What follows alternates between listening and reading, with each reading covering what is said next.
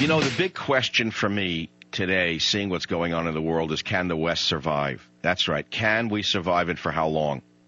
Oh, sure, the Arabs don't have the bomb, but they have the will. Oh, sure, we have thousands of bombs, but we don't have the will.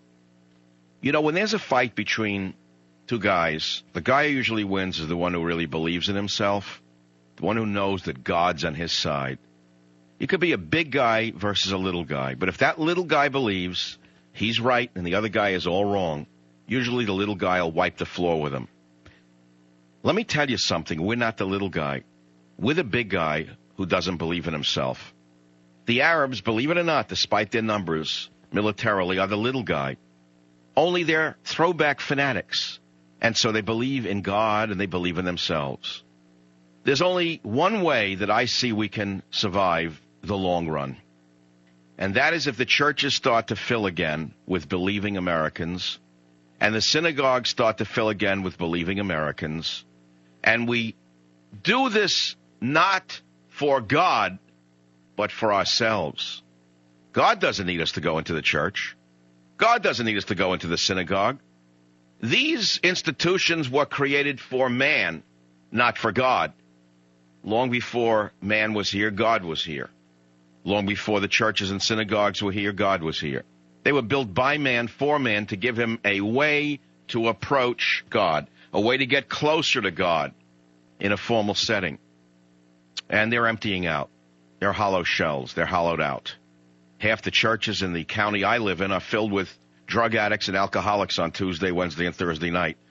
Rarely do I hear the hymns that I heard of my childhood as I stood outside a church. I always lived near a church for some reason. I always used to hear the Sunday prayers. The churches are silent.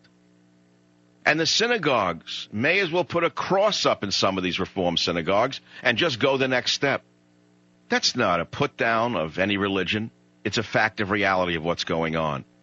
The only way the West can survive is if millions upon millions of people go into the churches and start begging God to receive them again, and begging God to give their nations the strength to survive the hordes that are coming, the hordes that are there.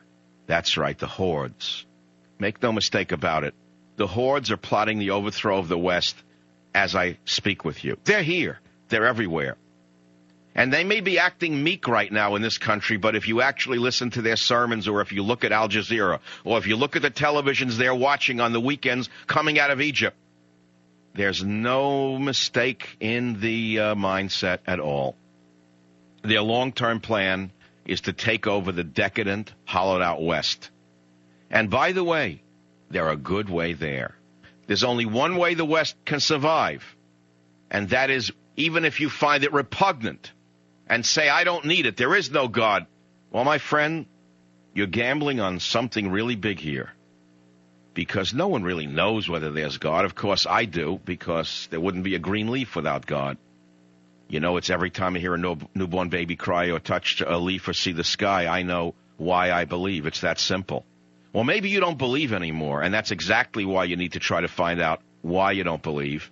And you don't have to turn to a psychiatrist because they don't have the answer for you.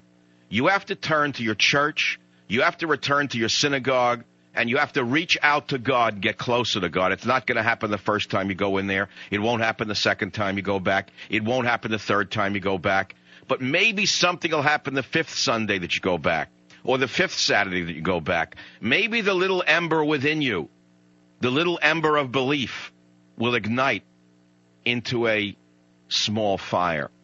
And that small fire can then reignite your being.